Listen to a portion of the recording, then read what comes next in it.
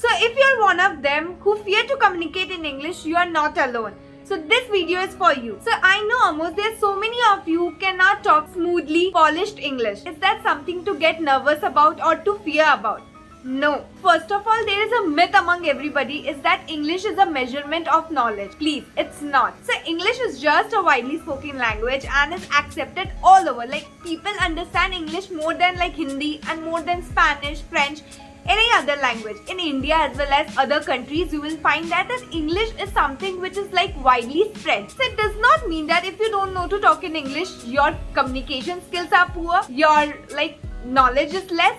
It's not so. So almost mere speaking good polished English does not make you a good English speaker. So if you're one of them who fear talking in English, so this video gonna be helpful to you in all the ways. So I'm here to help you out with some tips and tricks to become a confident speaker. So almost let's break into some points so that it is easy for you to understand and khichdi na ban jaye, okay? So let's get into the first point, handling nervousness. So before getting into the topic, I want to ask you that why do you get nervous? So the answer which I found to the question is, we get nervous just because of the fear of making mistake. हम सोच ही लेते हैं in the future में कि we will make mistake and we will fumble, we will trip, कुछ हम लोग में गलती हो जाएगा. So to avoid getting nervousness, you have to change your focus to something else. So if you speak English with a mindset of getting fear ना, तो आपके जो anxiety level है वो बढ़ जाएगा. So इसके वजह से you will make more and more mistake and जिसके वजह से you will get nervous more. For that, what you have to do is that you have to take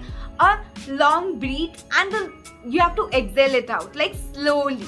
So that क्या होगा ना, आपका जो nervousness है, you will see that कि वो थोड़ा सा minimize हो गया first में. As I have said you that you have to change the focus. Focus means you don't have to think constantly that my English is fluent or not. Am I speaking the grammar correctly or not? So if you think all this na, the nervousness and your anxiety level will go high and you will make mistake and then सब बिगड़ जाएगा. So make sure that to avoid your nervousness, you have to always change your focus. You have to breathe in and breathe out slowly and just be relaxed. Why to think of the future that you will make mistake? You might not make mistake. So my second point is associated with the first point. Don't reveal from your body language. So it's genuine and a human tendency that you will make a mistake. But your anxiety level, your fear, your uncomfortable should not be shown in your body language. You should not look clumsy. It might be that while talking you had made some mistake, but your body language should be very confident. It should not show that you had made a mistake. That is a key of being a good speaker and especially a good English speaker. So some question might arise कि body language में और क्या क्या हो सकता है? See, people while talking might swallow more. Like you will see that people are talking very fast. So that means the people is nervous. And also you will see that you are touching your hair more. And if you are wearing glasses like me off camera, so then while talking you should not touch your glasses like more. So it will show the other person more that you are feeling nervous. My third and foremost point which has helped me a lot is voice record. So almost it's very important to hear what you are speaking. Until and unless you hear what you are talking,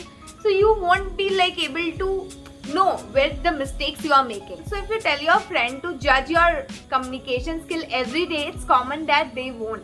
People can give you 1 day, 2 day, 3 day time, like no, they can spend time upon you. For you to change completely, they don't have time. Like trust me, your near dear ones also don't have time. So for that, आपको improvise कैसे करोगे? So better you record your voice. So you will see your voice modulation. You will see that where your pronunciation are going wrong.